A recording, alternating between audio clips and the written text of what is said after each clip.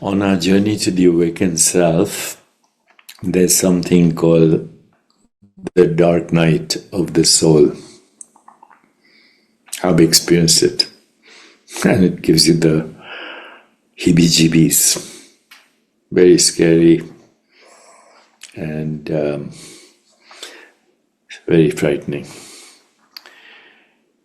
Many of us reach that point on the spiritual path where everything we thought we knew about ourselves begins to fall apart.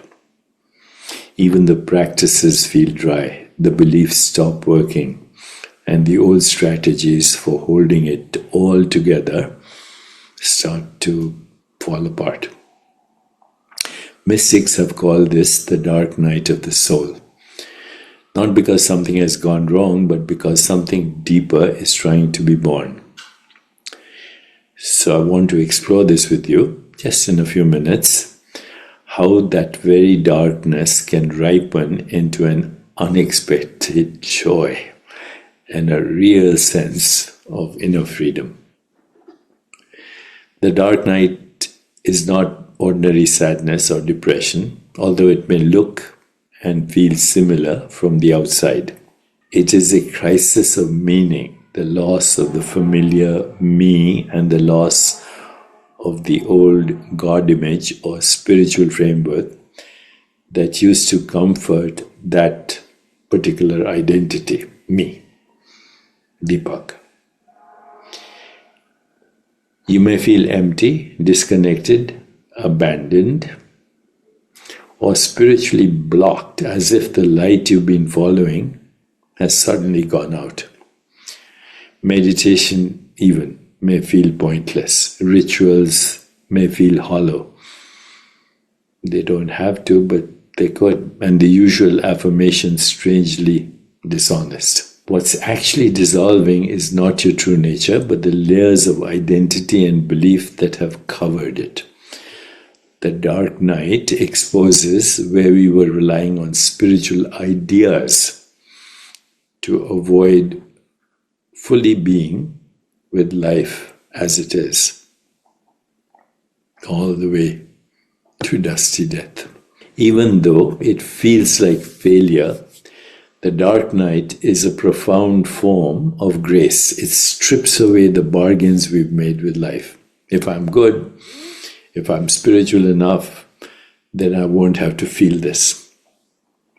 When those bargains collapse, we are invited into a more naked relationship with truth. It's part of the awakening.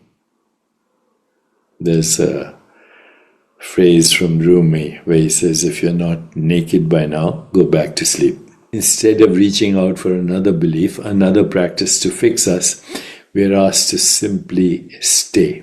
Stay with the grief. Stay with the emptiness. Stay with the not knowing, without turning away and without making a story about what it means to be me or you. This staying is the beginning of real surrender.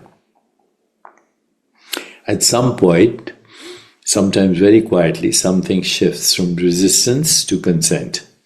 It may sound inside like, I don't know how to do this anymore, but I'm willing to be here. Let this too belong. Surrender isn't giving up on life. It is giving up the fight with reality. It's the moment you stop demanding that your experience be different in order for you to be okay. What's surprising is that when you stop fighting the darkness, a subtle sense of space appears around it. You begin to notice there's pain here, but I'm not only the pain. There is fear here, but I'm not only the fear. This is the first taste of freedom. As the identification with the old me loosens, something quieter begins to come into view. You begin to sense a background of awareness that has been here the whole time, during the good days, the breakdowns, the doubts, and the nights you thought would never end. This awareness doesn't argue with your experience, it doesn't take sides. It simply allows everything to be as it is. When you rest as that awareness, even for a moment, you may notice a gentle, causeless joy. Not the high of spiritual achievement, not the rush of a breakthrough, but a simple okayness with existing. Joy becomes less about what's happening to me and more about the intimacy of being fully present with whatever is happening. Paradoxically, the more you allow grief, anger, and vulnerability, the more this quiet joy permeates ordinary moments. Washing dishes, walking outside, listening to a friend's voice, a quiet presence and a quiet joy. Freedom after the dark night doesn't mean you never feel pain again. It means pain no longer has the power to define who you are. You may find more authenticity, less need to perform or pretend, more capacity to say, this is what's true for me right now. More compassion. Your heart recognizes suffering in others because you've allowed it in yourself.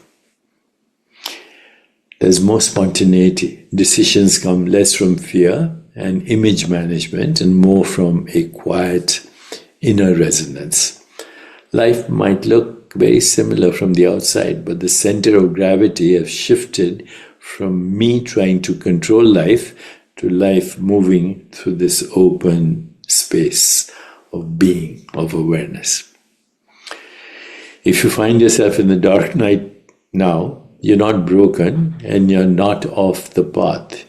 You are in a very demanding, very sacred initiation into a more honest relationship with yourself and with reality. Nothing essential in you is being destroyed. Only what cannot last is being asked to fall away.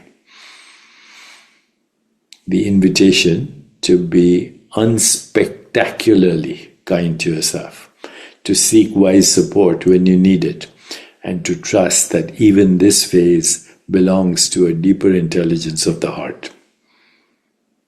This is the invitation.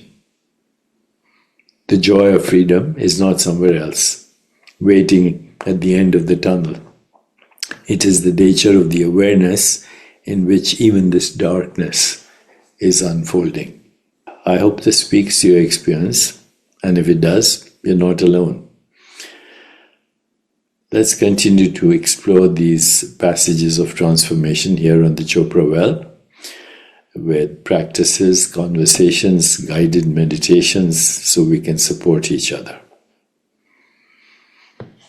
Thank you, and be well.